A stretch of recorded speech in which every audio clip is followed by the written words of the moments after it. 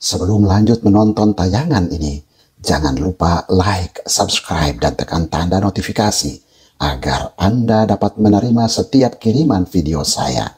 Terima kasih.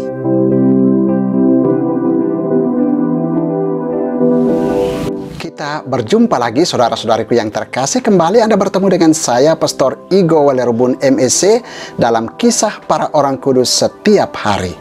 Hari ini tanggal 5 Januari, kita memperingati dua orang kudus di dalam gereja kita, yakni Santo Simon Simeon Stylites Tua Pertapa dan Santo Yohanes Nepomuk Neumann Uskup. Orang kudus yang pertama yakni Santo Simon Simeon Stylites Tua Pertapa.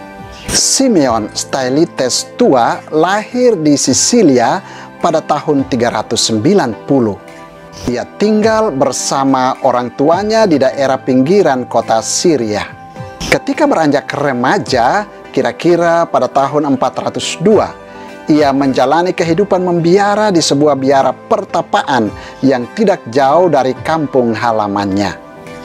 Meskipun masih berusia muda, ia tidak merasa berat dengan praktek askese yang berlaku di biara itu. Ia bahkan menjalankan suatu bentuk askese yang lebih berat daripada yang dipraktekkan oleh rekan-rekannya. Oleh karena praktek askesenya tampak sangat keras, maka pemimpin biara mengeluarkan dia dari biara itu. Keputusan pahit ini dimaksudkan agar rekan-rekannya yang lain tidak terpengaruh oleh praktek askese yang dilakukan Simeon itu. Simeon meninggalkan biara pertapaan tersebut dan pergi ke sebuah biara yang terletak di Gunung Telanise. Setelah 3 tahun berada di biara Telanise, ia memutuskan pindah ke puncak gunung itu. Di sana, pada tahun 423, ia mendirikan sederetan tiang sebagai tempat tinggalnya. Di atas tiang-tiang itu, ia menjalankan askesenya hingga ajal menjemputnya. Banyak orang datang kepadanya untuk meminta bimbingan rohani dan mendengarkan khotbah serta pengajarannya, tidak terkecuali kaisar dan para patriark. Ia meninggal dunia pada tanggal 2 September tahun 459 di atas puncak Gunung Telanise. Orang kudus kedua yang juga kita peringati pada tanggal 5 Januari yakni Santo Yohanes Nepomuk Neumann Uskup. Yohanes Nepomuk Neumann lahir pada tanggal 28 Maret tahun 1811 di desa Prakhatitz. Ia belajar di Prakhatitz dan Badweis. Cara hidup keluarganya yang saleh dan taat beragama membuat dia tertarik pada cara hidup sebagai seorang imam.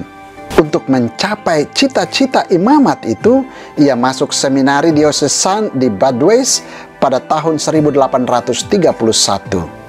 Selama belajar di seminari Badweis, ia rajin membaca laporan-laporan karya para misionaris Austria di Amerika Serikat. Lama-kelamaan, dalam hatinya timbul keinginan untuk berkarya di Amerika seperti misionaris-misionaris itu. Untuk maksud itu, ia pindah dari seminari Badweis ke Fakultas Teologi Universitas Praha pada tahun 1833. Demi keberhasilan studi dan karyanya kelak, ia dengan tekun mempelajari sendiri bahasa Perancis dan Inggris. Ia menyelesaikan dengan gemilang pendidikan di Universitas Praha pada tahun 1835. Pada waktu itu, dioses Badweis memiliki banyak imam. Oleh karena itu, ia tidak mau segera menjadi imam setelah menyelesaikan studi teologinya. Ia sendiri terus belajar di rumah sambil menanti saat penabisannya. Ketika mendapat panggilan untuk berkarya di Amerika, ia segera berangkat tanpa menunggu tahbisan di tanah airnya. Ia tiba di New York pada bulan Juni tahun 1836 dan ditahbiskan menjadi imam pada tanggal 25 Juni tahun 1836 oleh Johannes Du Bois, uskup New York. Ia ditempatkan di Buffalo dan melayani umat di North Bass, sekarang Kenmore, Williamsville, Lancaster, dan beberapa wilayah lain di sekitar Buffalo. Pada tahun 1840, ia memutuskan untuk menjadi seorang imam dalam Serikat Redemptoris.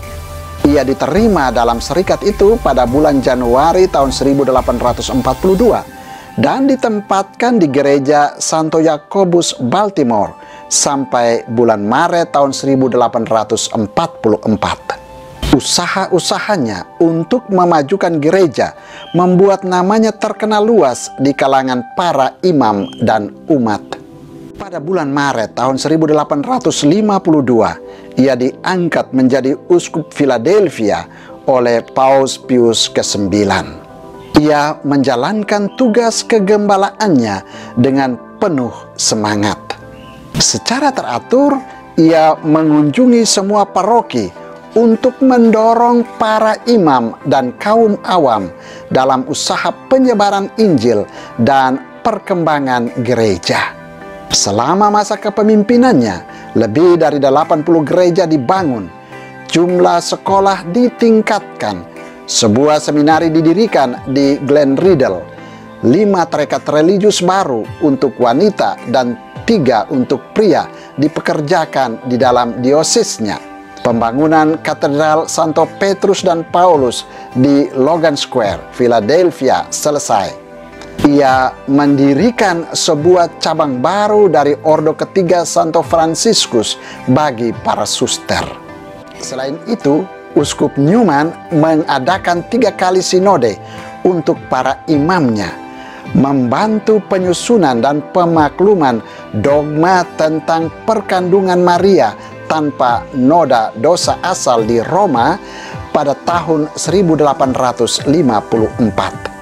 Uskup Newman meninggal dunia di Philadelphia pada tanggal 5 Januari tahun 1860.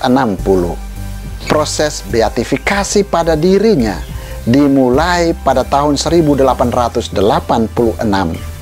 Pada tanggal 13 Oktober tahun 1963, ia dinyatakan sebagai beato oleh Paus Paulus ke-6. Dan pada tanggal 19 Juni tahun 1977 oleh Paus yang sama, ia dinyatakan sebagai santo.